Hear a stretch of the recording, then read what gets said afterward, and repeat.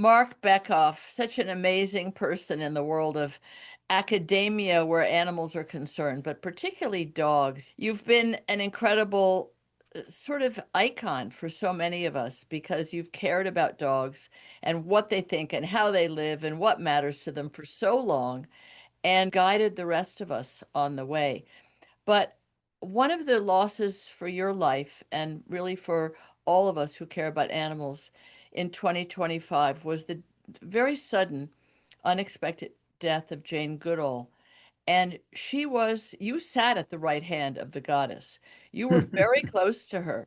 You were Yeah. working on a book with her. You had done other projects with her. And you recently, in your wonderful monthly column in Psychology Today, you wrote about let's not forget Jane. That matters. And let's make sure that her life, which was lived so well, is something that can, I don't know, guide some of the rest of us, give us some inspiration. Talk about what that loss meant to you, but also really what having her so close to you in your personal and professional life meant to you. Yeah, it was devastating. I can't put it in words. Death is devastating. It was sudden. Yes, We had not too long ago approved the text for our young kids book that will be out in early 2027.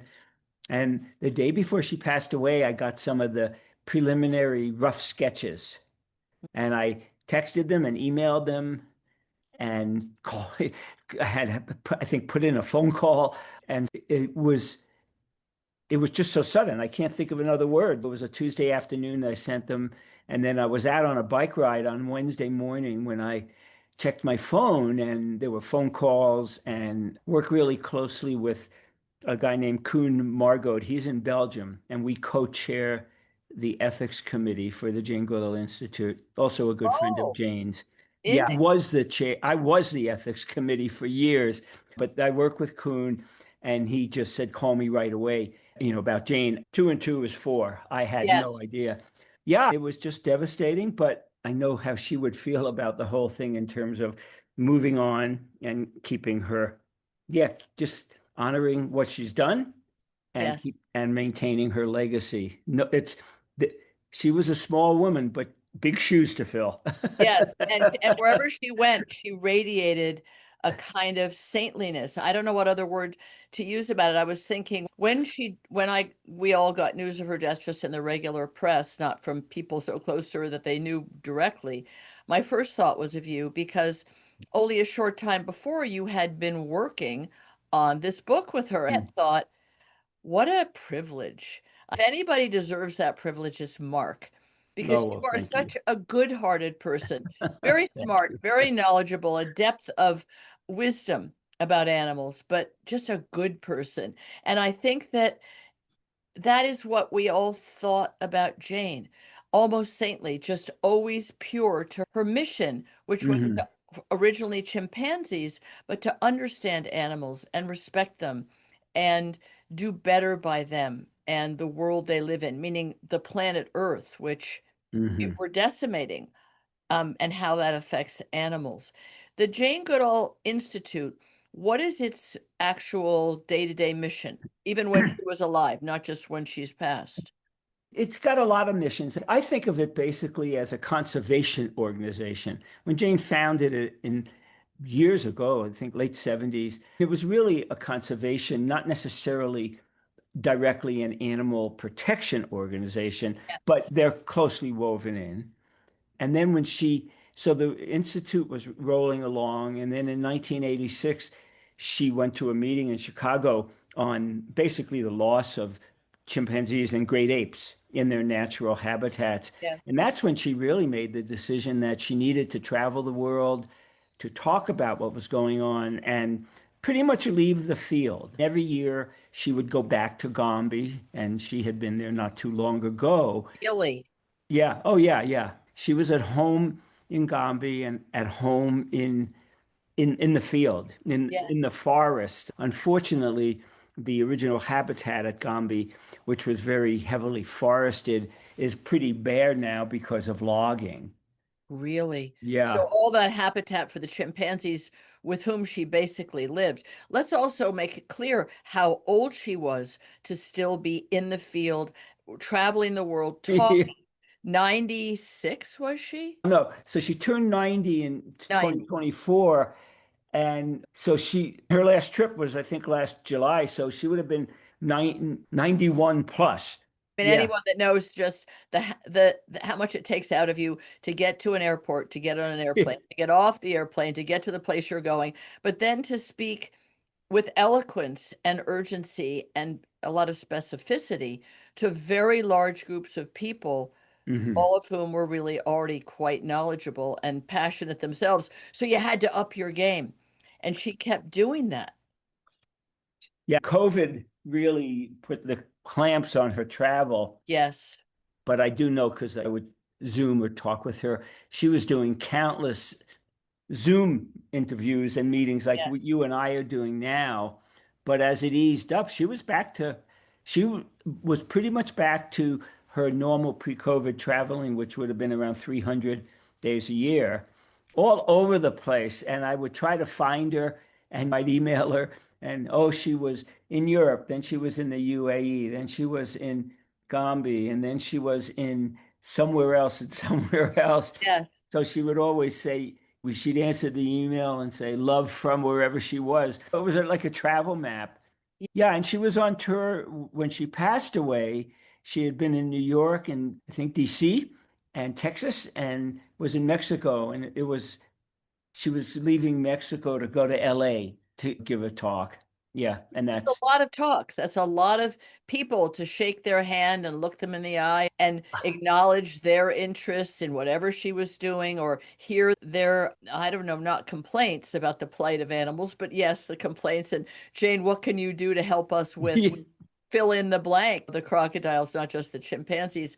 Strangely enough, the one time I met her fleetingly, accidentally, was in an airport. And I was oh, aware at that time that she was like the Dalai Lama or like even the Pope, some popes have been, to travel the world and do a laying on of hands to all the people who view your mission as honorable or interesting or valuable or important. And I was in the airport with my goddaughter, who was then about 8, and we had gone to visit my oldest, dearest friend in England, who had another goddaughter of mine, her own daughter, who was about 7, and we had gone to visit them at their big place in the country where they rewilding their 2,000 acres so that there's special places for waterfowl and special oh, wow. trees for birds and the Yeah. bluebell forest being protected. So we were in the airport and I said to Logan, "Oh my God, that's Jane Goodall." And little 8-year-old Logan, she knew who Jane Goodall was. And I went up and I said, we just want a moment to say how much we admire you. And I don't know what Logan asked her, something quite specific, the way bold little American children will do. And Jane said, "You just keep on caring, dear. That's what you should do." Yeah. So she Yeah. sort of No, said, "How can I be like you?" That's what she said. "How can I be like you?" She yeah. said, "Just keep on caring." Yeah. And we were both, oh my God, we're in the presence of this amazing person just because you don't see that kind of selfless devotion to something No. that doesn't benefit you in any kind of tangible way. Yeah. No. She loved talking to just about everyone. Really non-select. When I say non-selective, and she would answer questions Yeah. and she would give people full attention. And That was the thing that struck me. yeah, and when she The said keep on caring, yeah, because she, among her, I don't know, a million one-liners, if you will, Yeah, but everybody makes a difference. Don't yeah, ever give up hope. And yes. Roots and Shoots, which I've been very active in, started as a kids organization, but I taught in the corrections system. It's been in refugee camps, but it's really based on doing all you can for animals, people, and the environment, regardless of where you are. You Yeah. make a difference. And the other slogan, which I think is wonderful, is act locally and think globally. So Was that telling, hers? I think Or others have Jane said Goodall? it, but I Yes. would have to say that that was her mission, and that's why she would say to Logan, Just keep caring, That's do right. whatever you can, don't give Yeah. up. Just keep doing good things for animals, people, and the environment, or pick one of the three. Yes. Yeah. Don't give up. Don't give up hope. And I think No. the thing that's most inspirational and to me puts her in that sort of that group of people who are leaders, spiritual leaders, thought leaders Hmm. that just raise up your hope and help you direct your energy in a positive way and not think, doesn't matter if I litter or it doesn't matter that somebody bought a puppy from a pet store. That's what they're going to do, as opposed to it does matter. It does matter. Can Yeah. make it better for everybody and everything if Yeah. we use whatever our voice might be at that time. Yeah. No, you got it. And tireless, indefatigable. Sometimes when Yes. I traveled with her, I would have to say, "All right, I need a break." Yes, I believe that. I totally believe that because there was something in the attention that she gave, the eye contact. Yeah. And Yeah. that's to me what a spiritual leader does is they make each person feel seen, felt, and heard, and then inspires them to be their best self. It doesn't matter how corny any of this sounds. This was what her life mission was. She did it for a huge, long, devoted lifetime. Yeah. I mean, she started in the field in 1960. The research is still going on, and just 65, 70 years of continual movement, except during COVID. And when she died, there were clips shown of the various interviews she'd done with impressive interviewers on televisions Yeah. and TED Talks and that kind of thing. Tell about that chimpanzee toy stuffed, that the little stuffed chimpanzee she would carry with the banana. That was so darling, but it seemed to actually be a comfort to her or a talisman. What was it for her? Yeah, no, that's a great question. So actually, it's Mr. H after Gary Hahn who gave it to her. I just Okay. actually did a nice Zoom session with Gary. So Oh, nice. Gary is a blind magician. He was a surgeon and he went blind. So he gave Jane this stuffed monkey, and of course, monkeys have tails, chimpanzees don't. Oh, And that's yeah, it was her sidekick for years. The same one, though, that one of them had been in 40 or 60 countries over n number of plane trips. And it was really Mr. H for Gary Hunt, but also I used to think of it, and I think Jane would have too, about hope, H. Because there's ah, Gary who lost his vision, his radical life change, yes. just being positive and out there. Like I said, I just Zoomed with him and he just is ebullient about being in the world and taking care of other animals and other people. So yeah, it was her travel sidekick, and she once left it in a cab, and somehow Mr. H was relocated and handed back to Oh, her. I bet you even a New York cabbie would have known who she was. It was that kind of fame. It was a Yeah, fame with a trickle down. Everyone could relate to it, I think, partly because she became a renowned scientist and researcher without any letters after her name, and she yeah. was ridiculed. She was treated as a joke and ridiculed until the work she did just spoke for itself. Yeah, so she went into the field having never been to college, university. She ultimately got a PhD at Cambridge. And I'm glad you mentioned that because she, in addition to being this amazing spokeswoman for animals and people in the environment, she was a first-class scientist. And Yeah. she wrote a book it was published in 1986. It's scary to think 40 years ago, called The Chimpanzees of Gombe, and it's a detailed scientific book. And her first husband, Hugo van Leeuwen, was a National Geographic photographer. And I don't mean he put her on the map in any demeaning way, but one of her first discoveries was David Greybeard using a tool, like a piece of blade of grass, to pull termites out. And because she was a woman, people didn't believe her because she didn't have any degree after her name, not even a college bachelor's degree. That's right. They didn't believe her. And Hugo had videos of it. And Let's also remember she gave a name to the chimpanzee, which was yes, never ever done. That was looked down upon as anthropomorphizing and just childish and girlish of her. And yes, she was documenting something which had never been seen or proven, yeah, which was that a chimp could use a tool. yep. And she assigned personalities to them. Yes, And I know when she went back to Cambridge for a meeting with her graduate committee, they basically said, we don't name animals and we don't talk about personalities. And I don't know exactly what Jane said other than the result of it was I do. And she had a yeah, big influence on my work because she had already been in the field about 12 years or maybe 10 years when I started doing my PhD. And I worked with Michael Fox, who people that's know in right. the dog world. And he was fine with it. We named our animals. We talked about different personalities. And to me, it was so natural. When I was 2 years old, I was wondering what animals were feeling and thinking and telling my folks, that dog is different from that dog, is different from that dog. But she didn't know this, but Hugo did because Hugo stayed with me when he came to the States way back when. It gave license to people like me and others to name the animals, talk about personalities, and the importance of following individual animals, identified animals, because I'm a field worker. And it's wonderful when you can collect data on the same individual over 5, 10, 15 years.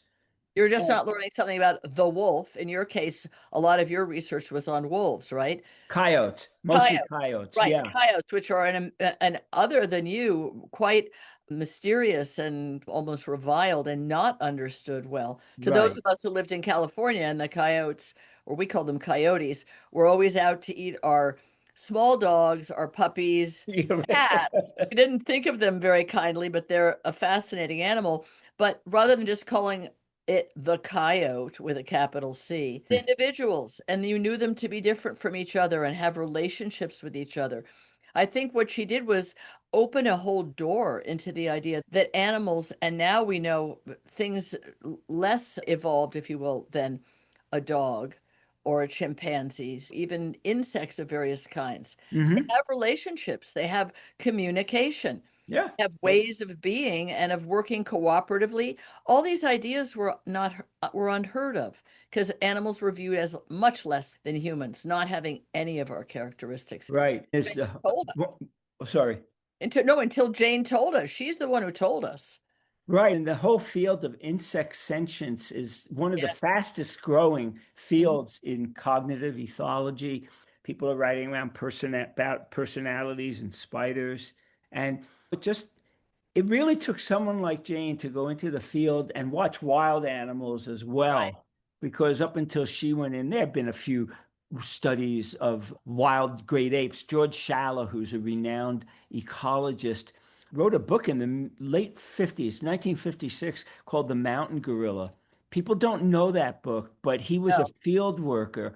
And so he was around when he was actually around in Africa when Jane first went into the field in 1960. But it really took somebody like her and the publicity and the detailed research. I always come back to that because it wasn't like she was some blonde young woman out in the field alone. Well, she was. She brought her mom there, but she was a genius and she was a first Was. class field biologist. And Mhm. that's what it took, along with just her presence, her ability to speak well, and also being a really strong woman in a male dominated Field. world and Right. discipline. It really did. I think what one of the Yeah. things that we glossed over, or I changed tack, was when you were talking about her husband at the time, the photographer, the Nat Geo photographer. Mhm. What what caught the public imagination, I think, in a movie star kind of way, Mhm. was this ethereal beauty she had. Grace Kelly. It was something more profound, more like you might see, I don't know, in a altarpiece. Exactly, but there was something about her that had a serenity and a very pure beauty, unadorned, just her lovely long hair held back in a ponytail, and the way that she talk to these chimpanzees, the way she would mimic their mouth movement. Mhm. I think we all have that image of her going and like putting her lips out to the chimp in a kind of kiss motion, which meant many other things as well. But those Yeah, photos, and that we knew that chimpanzees were dangerous, doing this in a dangerous situation. They could be playful, and we saw many photos taken by her husband of them draped over her and vice versa. But she also, before long, wrote about them killing each other. yeah, very amazingly courageous woman. There were Yes. times when she'd be out at night, stuck on what they called the mountain, and just lie down and pull a blanket over her. And somebody Amazing. asked me, would I have done it? And I said, not voluntarily, That's right. That's right. You would but have looked for a cave or a hut or yeah. send up a flare. Right. There were other animals there. And she's just a great note taker and a great writer because I've worked with her in those Right. situations. But just you're right, just thoroughly committed to making the world a better place. And I know that sounds just so But she camp, really was. but Was no, unyieldingly. 5 minutes of conversation.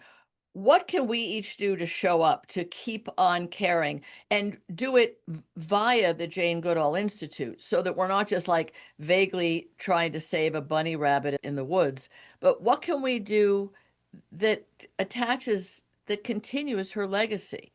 Each of us. Is it give money to the Jane Goodall Institute? Is it subscribe to a newsletter? What is it Mhm. that keeps it going and alive? No, that's a great question. One would be her Roots and Shoots program that's global. I've been a roaming ambassador for it for decades. Nice. And Jane and I have done Roots and Shoots we have had Roots and Shoots gatherings all over the world. We did one in China. We've done it in other Wow. countries. So that was big because it now goes beyond, like I said, just young kids. And one day in Boulder, I taught 4-year-olds, inmates, and centenarians because Wow. they were in Boulder, which is not a big That's right. city. There was a Roots and Shoots group at some of the elementary schools, one at the Boulder County Jail and one at a assisted living facility. That's So really, fabulous. within 12 hours, I worked with people who spanned 98 years. It was a 102-year-old man and a 4-year-old kid. And Um, other men and women behind bars. and the men behind, yeah, I taught the men behind bars, yeah, financial support. But I think that really what it is too is thinking of the principles that every individual can make a difference. She always says, do what you can. We Yes. have a young adult book on animal emotions coming out in a couple of months, and Jane wrote the forward. And there's just some one-liners in there. Don't give up. You can make a difference. Pick something that you like to do, and always think about what you can do, not what you can't do. It's And it's uplifting. and keeping hope and keeping your dreams alive. A lot of people these days just go, oh, that's just fluff. It isn't fluff, let me Uh, tell you. she walked that walk, and you walk that walk, Mark. I try. Walking that walk is Yes. to continue to believe and think that and bring it forward with you each day. And I think that the best we can do to honor her legacy is to just think of her, that beautiful young woman, and then that beautiful old woman. She still had the long hair in a now Oh, ponytail. We all can do this from our youth to our ancient years. And yep. it's important for us to remember that. And buy Marc Bekoff's books and buy the Bekoff Jane Goodall books and just know that you're supporting the best people on the planet. Certainly the animals would be applauding you and Jane. They always will. Mark, thank you I so hope so. much. Thank You're you. really special, and I'm sorry for your loss and for all of us, but I'm glad she was on this earth for a long time. Thank you. Thank you. Me too.